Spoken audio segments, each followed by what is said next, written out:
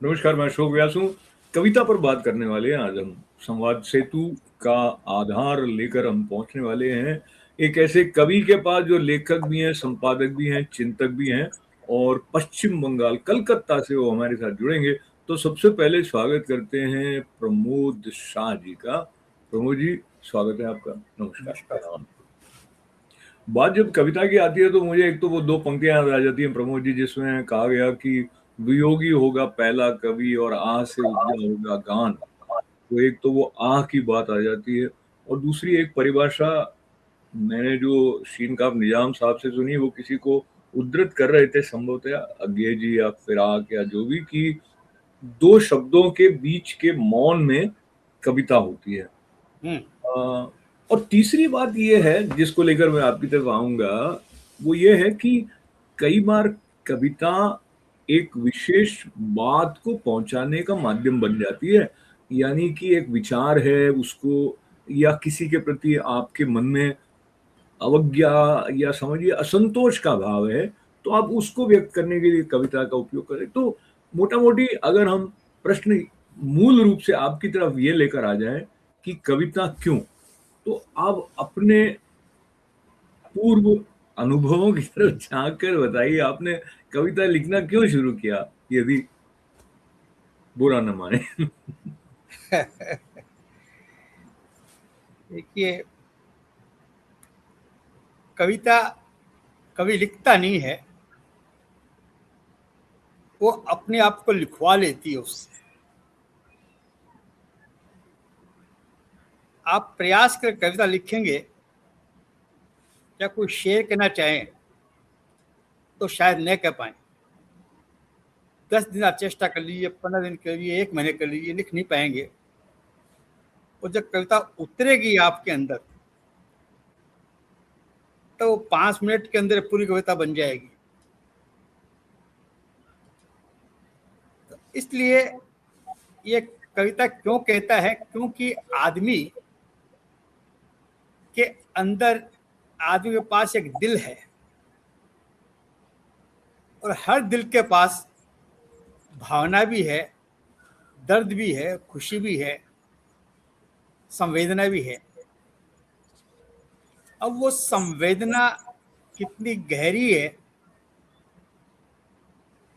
वो उसे कहाँ तक छूती है, वो उसे कितना महसूस करता है, जीता है, वो निर्भर करता है व्यक्ति व्यक्ति पर।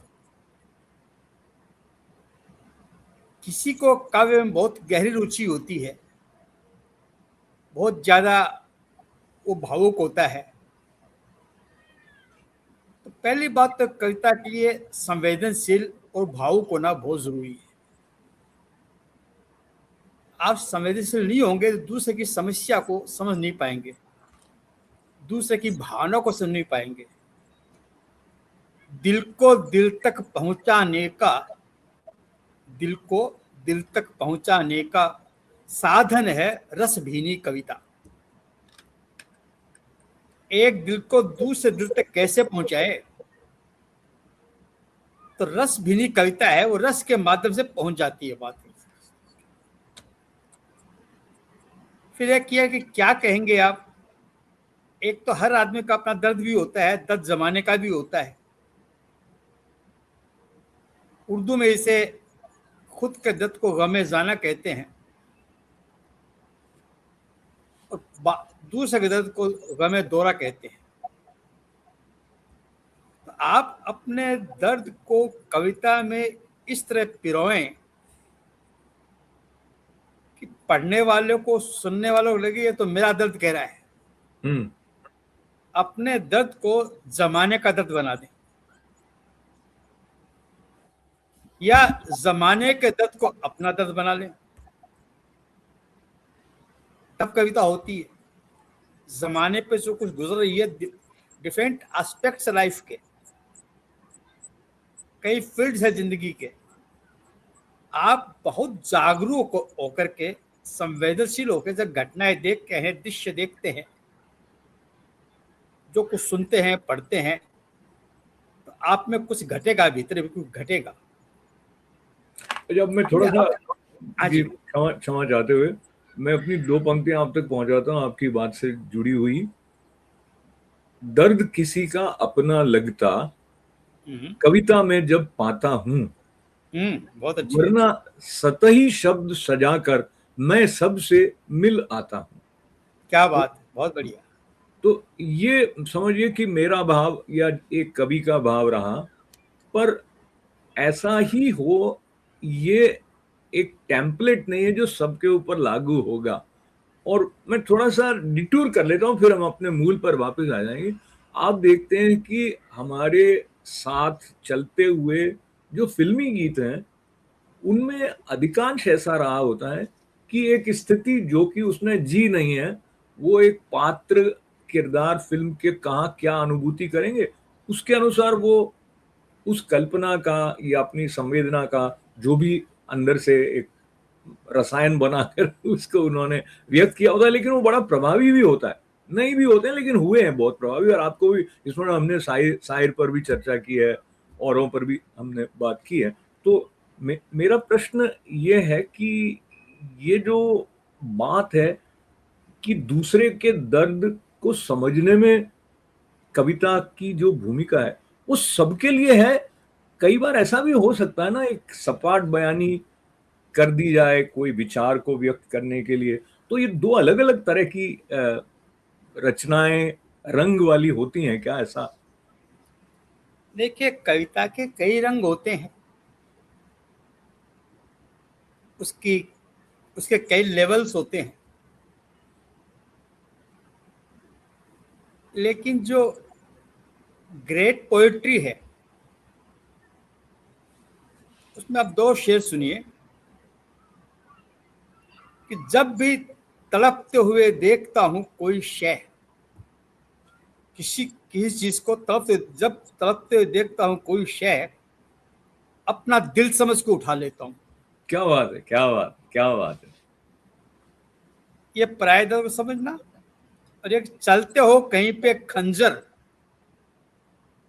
तड़पते हैं हम अमीर, अमीर मिनाए का शेर है। अमीर कहते, शायर कहते हैं, चलते हो कहीं पे खंजर, तड़पते हैं हम अमीर, सारे जहां का दर्द हमारे जिगर में है। क्या बात है, क्या बात है। पोइट्री का पर्पस तो ये है। ये भावना नहीं हुए आप कविता के गहराई में उतरते नहीं है। फिर सवाल उठता है कि आप किस विषय पे लिखें। तो कई विषय हैं। आम आदमी की गरीबी, अशिक्षा, उसकी कमजोर स्थिति, मजदूर, किसान, उनके हालात, या आम आदमी की और पारिवारिक सामाजिक पीड़ा, आपके देश की पीड़ा, आध्यात्म, धर्म, दर्शन, संस्कृति, बहुत से विषय हैं। आपका अपना प्रेम, मिलन, विरह, जी, जी। मस्ती, लोकगीत, ऋतुए, मौसम, बरसात,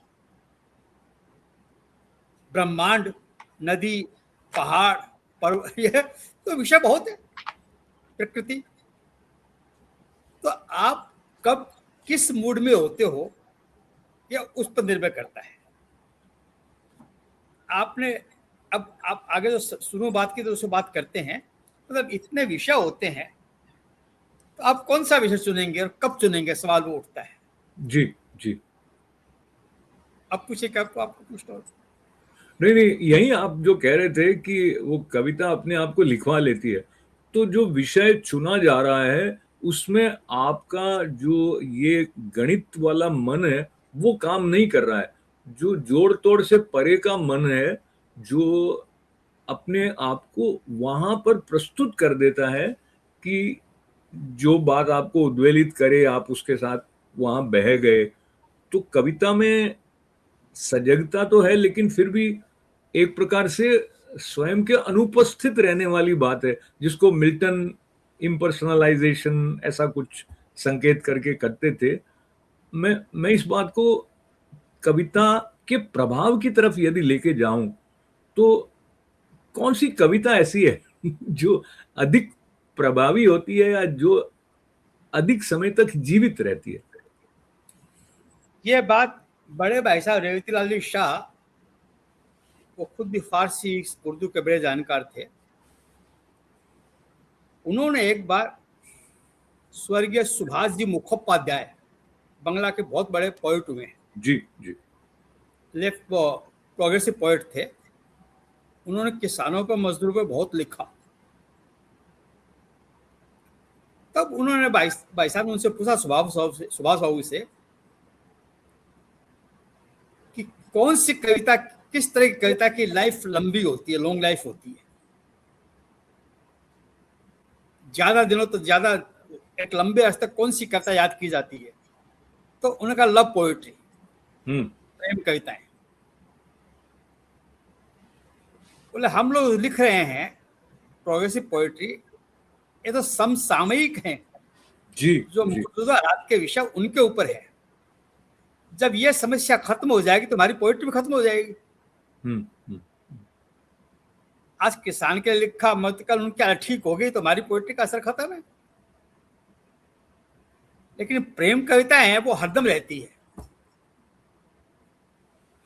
प्रेम कविता की चर्चा आई है तो आपकी प्रिय प्रेम कविता कोई है, या कोई ऐसे शायर या कवि हैं जिनकी प्रेम कविताएं आपको बहुत प्रिय हैं? भारत भूषण भटनागर, उनकी, वो मेरठ के थे, उनकी कविता में दिल ही दिल है। अच्छा। तू मन अनमना न कर अपना,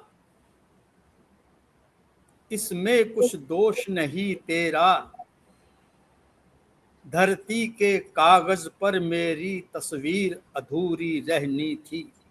क्या बात है, बहुत अच्छा। इस तरह बहुत लिखा, कोई प्यासा मरता जैसे जल के अभाव में विष पी ले, मेरे जीवन में भी कोई ऐसी मजबूरी रहनी थी, वाह। तस्वीर अधूरी। ऐसे प्रेम की बहुत कविता लिखी उन्होंने। सौ जन्म प्रतीक्षा कर लूं, प्रिय मिलने का वचन भरो तो, उनकी बहुत प्रेम कविताएं हैं। ये जो कविताओं के साथ प्रेम होता है वो सबको क्यों नहीं होता है, आपको क्या लगता है? कई लोग प्रारंभ से ही कविता के प्रति खींचते नहीं हैं, और कुछ लोग इतना अधिक खींच जाते हैं कि वो अपनी इंजीनियरिंग छोड़ के फिर कविता की यात्रा में निकल पड़ते हैं, या जो भी कार्य है कविता प्रमुखता पा लेती है उनके जीवन में। एक ये वो नगमा है जो हर साज पे गाया नहीं जाता। कविता का मामला ये है, होता क्या है कि मामला संवेदनशीलता का है। प्राय आदमी अपने रोजमर्रा के कामों में, अपने क्षेत्र में या निजी आपाधापी में इतना व्यस्त रहता है कि वो दूसरों को समझने की कोशिश नहीं कर पाता, या दूसरा सोचता नहीं है। कविता है वो खुद से बात करना है। तो ताकि तो कि फैज अहमद फैज की एक गजल है कि कुछ पहले इन आंखों आगे क्या क्या नजारा गुजरे था, कुछ पहले इन आंखों आगे क्या क्या नजारा गुजरे था, क्या रोशन हो जाती थी गली जब यार हमारा गुजरे था। क्या बात है, क्या बात है, क्या बात है। थे कितने अच्छे लोग कि जिनको अपने गम से फुर्सत थी। वाह। थे कितने अच्छे लोग जिनको अपने गम से फुर्सत थी, सब पूछे थे अहवाल हालचाल, सब पूछे थे अहवाल, जो कोई दर्द का मारा गुजरे था। वाह। थी यारों की बहुतात तो हम गैरों से भी बेजार न थे, मिल बैठे तो दुश्मन का भी साथ गवारा गुजरे था। वाह वाह। तो ये जो भावना थी कि सब पूछे थे अहवाल, जो कोई दर्द का मारा गुजरे था। अब तो जिस आदमी को अपने गम से फुर्सत न हो, वो क्या कविता करेगा? पहले एक उसका एक एक जी, एक मिनट यहाँ पे मैं थोड़ा सा खुलासा का निवेदन करूंगा। दर्द से फुर्सत न होगी तो हो सकता है वो कविता में उस दर्द की अभिव्यक्ति के लिए आ जाए, लेकिन आप इसको थोड़ा और स्पष्ट करें, क्योंकि एक तरफ जैसे आपने पहले कहा कि जिसको दर्द की पहचान नहीं है वो कवि नहीं हो सकता है, और जैसे तो इन दोनों में क्या अंतर है? कि पहली बात तो यार अपने अपने लिए जीना चाहते हैं कि जमाने के लिए। आपको कंफर्ट चाहिए तो खुद के लिए काम करें आप, हम्म। और आपको आनंद चाहिए तो दूसरों के लिए काम करें।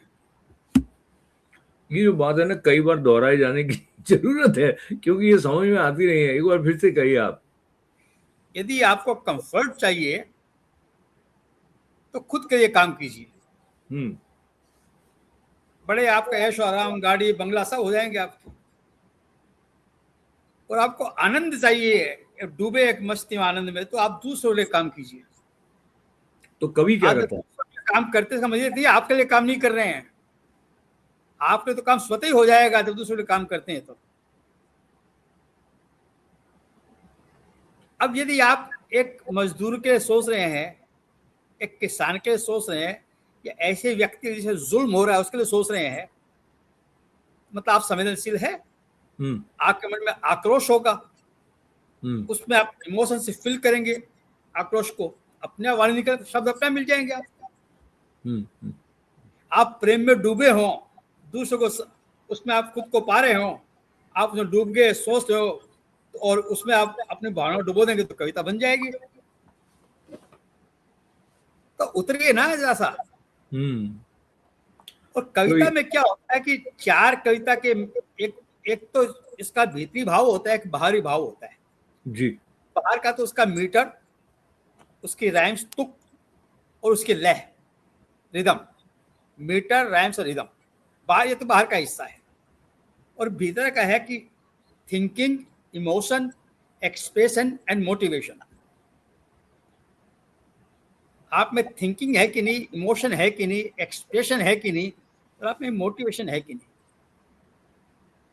ये है तो अभी बात रहेंगे, मीटर भी सीख लेंगे आप, राइम भी सीख लेंगे और रिदम भी सीख लेंगे, तब कविता पैदा होती है। कविता अभी ऐसे आसान नहीं है कविता पैदा होना। जी, तो यहाँ इसलिए से जी, क्षमा करें जी। अब बात आती है, अब स्वांतः सुखाए या उद्देश्य से प्रेरित होकर के, जी। दोनों तरह की होती है।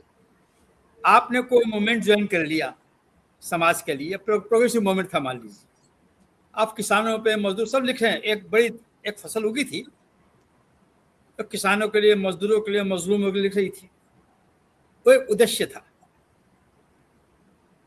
और कई बार बिना किसी उद्देश्य के आप अपनी मस्ती में लिख रहे हैं, आप किसी की खूबसूरती देख करके आप अपने हौसो खो बैठे, कविता बन गई। हम्म। आप नेचर को देख करके पागल हो गए। नदी भी हो सकती है, पर्वत भी हो सकता है, पेड़ पौधे भी हो सकते हैं। आप भगवान की भक्ति में अपने सुख खो बैठे, उसमें भी लिख सकते हैं। प्रेम को लेके, भक्ति को लेके, नेचर को लेके बहुत कुछ कहा जा सकता है, उसमें आप बहुत सारे विषय कवर कर लेते हैं। वो स्वांतः सुखाए। तुलसीदास जी ने कहा कि मैं रामचरित मानस स्वांतः सुखाए लिख रहा हूं।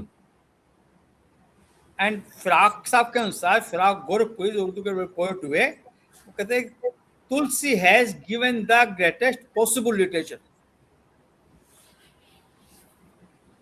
जितना महानतम काव्य संभव था वो तुलसीदास ने दे दिया। वो स्वांतः सुखाए की पैदाइश थी। उद्देश्य में एक सीमा होगी आपका, और जब वो उद्देश्य पूरा हो जाएगा तो कविता भी प्रभाव खत्म है। तो देखिए डीपेस्ट स्वांतः सुखाए की होती है। तो आपने बहुत ही सीढ़ी सीढ़ी चढ़ते हुए बातचीत में उस निष्कर्ष पर आप ले आए हैं जहां पे उद्देश्य के होने से रचना की जो सीमा बन जाती है वो एकदम स्पष्ट हो जाती है। और इसमें अब जो पात्रता है स्वांतः सुखाय के बाद में अभिव्यक्त करने की, उसके मोटिवेशन का भी उल्लेख आपने किया, पर आपने विचार का भी उल्लेख किया कि थिंकिंग हो, इमोशन हो, मोटिवेशन हो। कई बार जो इमोशन है उसमें संभवतः शुद्धि नहीं रहती है, थिंकिंग और मोटिवेशन होते हैं, तो वो भी एक कविता की यात्रा होती है जिसमें जैसे आपने प्रोग्रेसिव मूवमेंट की बात करी, या तो उसमें, और ये जो स्वांतः सुखाय है, इसमें अगर आप आधुनिक तुलसी के अलावा कुछ उदाहरण लेकर बात अपनी करें तो क्या आपको कौन याद आते हैं? देखिए, प्रोग्रेसिव पोइट्री जो है उसमें तो आप अली जाफरी साहब, साहिर है, फैजन फैज है, कैफी हैं, ऐसे लोगों ने बहुत से प्रोग्रेसिव पोइट्री लिखी है। और चिंतन प्रधान पोइट्री में गालिब थे, फिराक गोरखपुरी थे, इन दो का जवाब ही नहीं है चिंतन में। और संवेदनशीलता के मामले में मीर तक मीर थे। मीर का शेर है कि गम रहा जब तक कि दम में दम रहा, वाह, दिल के जाने का निहायत गम रहा, मेरे रोने की हकीकत जिसमें थी, एक मुद्दत तक वो कागज नम रहा। ओए ओए ओए, फिर से मेरे क्या? रोने की हकीकत जिसमें थी, एक मुद्दत तक वो कागज नम रहा, ओए भीना ओए, रहा। ये सब ये देखिए। और गालिब का तो कह रहे एक से एक शेर है, कई शेर है गालिब कि दिल ही तो है न संगो खिश्त, कोई पत्थर ईंट नहीं है, दर्द से भर न आए क्यों, रोएंगे हम हजार बार, कोई हमें सताए क्यों। हमको रोने में आनंद आ रहा है, कोई क्यों सताता हमको। ये बातचीत ऐसी है कि इसका बहुत विस्तार हो, उसकी इसमें मांग है। पर चलते चलते मैं यदि ये कहूं आपसे कि हम एक कवि को इस तरह के लेबल के साथ नहीं देखें, शायद तो ठीक हो कि ये प्रोग्रेसिव ही है या ये सिर्फ ऐसा है। मुझे लगता है कि जैसे एक बाग में तरह तरह के फूल होते हैं, तो किन्हीं कविताओं में वो उस तरह का मुख लेकर आए हुए हैं जो कि विचार की प्रधानता को लिए हुए है। अब मैं जैसे दुष्यंत को याद करके अपनी बात करूं तो कई लोग उनको प्रोग्रेसिव के रूप में देखते होंगे। मुझे एक उनका शेर याद आता है जिसमें देखिए महसूस नहीं की और हरकत है इसमें कि खरगोश बन के दौड़ रहे हैं तमाम ख्वाब, फिरता है चांदनी में कोई सच डरा डरा। तो ये पूरा महसूस करने का शेर है, इसमें विचार होगा ऐसा लगता नहीं है। लेकिन उनकी छवि कहीं कहीं वैसी रही है क्योंकि उसके बाद में वो हल्ला बोल नाटक और वो सब जो थे उनके साथ जोड़कर देखे जाते रहे। उस समय के हालात का जो वर्णन किया है ना, हाँ, तो बड़ा अद्भुत है। हो गई है पीर पर्वत सी पिघलनी चाहिए, इस हिमालय से कोई गंगा निकलनी चाहिए। हाँ, इस तरह की बातें लिखी थी। एक बात आपको बताऊं मैं, पोएट्री चार की होती है जी। मैंने आपको बताया कि बाहर का हिस्सा मीटर, राइम्स, रिदम, एक तो बाहर का हिस्सा होती है, एक अंदर का एक्सप्रेशन, मोटिवेशन, वो सब होता है। यदि अंदर का हिस्सा कमजोर हो और बाहर का मजबूत हो स्ट्रक्चर, तो कविता पढ़ने में अच्छी लग जाती है। ठीक है, उसका बाहर का हिस्सा ऐसे। एक वो होती है जो अंदर का अच्छा है पर बाहर का स्ट्रक्चर मजबूत नहीं है, तो भी लेवल चल जाता है कि बात अच्छी कह रहा है। एक होता है ना अंदर का इच्छा मजबूत है ना बाहर का मजबूत है, दैट इज जीरो। जी जी। और एक ही जैसे बाहर का भी अच्छा है अंदर का भी अच्छा है, दैट इज ग्रेट पोएट्री। और उन उसमें थिंकिंग हो या इमोशन होते हैं। इससे बड़ी कविता वो होती है जो श्रोता को, पढ़ने वाले की इमोशंस को जगा दे, वाह, उसको सोचने पे मजबूर कर दे। न सिर्फ खुद थिंकिंग है, इमोशन है, दूसरे को भी मजबूर कर दे, वही प्रोवोक कर दे उसको इमोशन कर दे, that is get better poetry. तो इस तरह पोएट्री का अलग अलग लेवल है। प्रभु जी, हमारी बातचीत के समापन से पहले यदि आप कोई 4 पंक्तियां जिसको आप ग्रेट ना भी कहें लेकिन जिसको आप अच्छी कविता मानते हैं, ऐसी कोई अगर याद आए तो आप बांटे। हाँ, देखिए देखिए फिराक साहब मेरे फेवरेट पोएट हैं जी उर्दू जी। शायर। उनकी वैसे तो बहुत पोएट्री है, तो सीधी सादी भाषा में कहा है कि तुझको मुझको फेर समय का, तुझको मुझको फेर समय का, ले आइए हयात कहाँ, जिंदगी कहाँ ले आई है। हम्म। हम भी वही है तुम भी वही हो, लेकिन अब वो बात कहाँ। क्या बात है, क्या बात है, क्या बात अच्छा, यूं तो बाजी जीत चुके थे, एक चाल थी चलने की। यूं तो बाजी जीत चुके थे, एक चाल थी चलने की। उफ अचानक शह पड़ जाना, इश्क ने खाई मात कहाँ। है। ओए होए। और झिलमिल झिलमिल तारों ने भी पायल की झनकार सुनी थी। झिलमिल झिलमिल तारों ने भी पायल की झनकार सुनी थी। चली गई कल छम छम करती पिया मिलन की रात कहाँ। क्या बात है, क्या बात है, क्या बात और इसी तरह एक और गजल का एक शेर है फिराक साहब, रात चली है जोगन होकर। एक गजल का उनकी है कि एक शबे गम वो भी थी जिसमें जी भर आए तो अश्क बहाए, और एक शबे गम ये है कि जिसमें ए दिल रो रो कर सो जाए। है। ओए होए, ओए होए। और सबको अपने अपने दुख है, सबको अपनी अपनी पड़ी है। ए दिल गमगी तेरी कहानी कौन सुनेगा किसको सुनाए। रात वाह वाह। चली है, सुनिए अगला शेर सुनिए आप। देखिए उर्दू खाली शब्दों पर, फारसी शब्दों का नाम उर्दू नहीं है, उर्दू एक मिजाज का नाम है। रात जी। चली है जोगन होकर बाल संवारे लट छिटकाए। ओए होए। रात चली है जोगन होकर बाल संवारे लट छिटकाए। छिपे फिराक गगन पर तारे, दीप बुझे हम भी सो जाएं। क्या बात है। तो प्रमोद जी, सो जाने की बात जो आ गई उसके साथ समय एकदम ये कह रहा है कि हम यहाँ से विदा लेते हैं।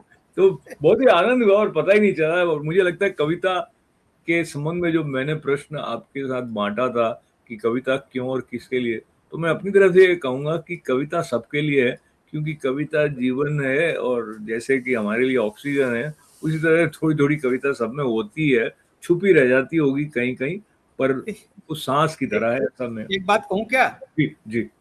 चार कै जो है ना उसमें नशा है। जी जी।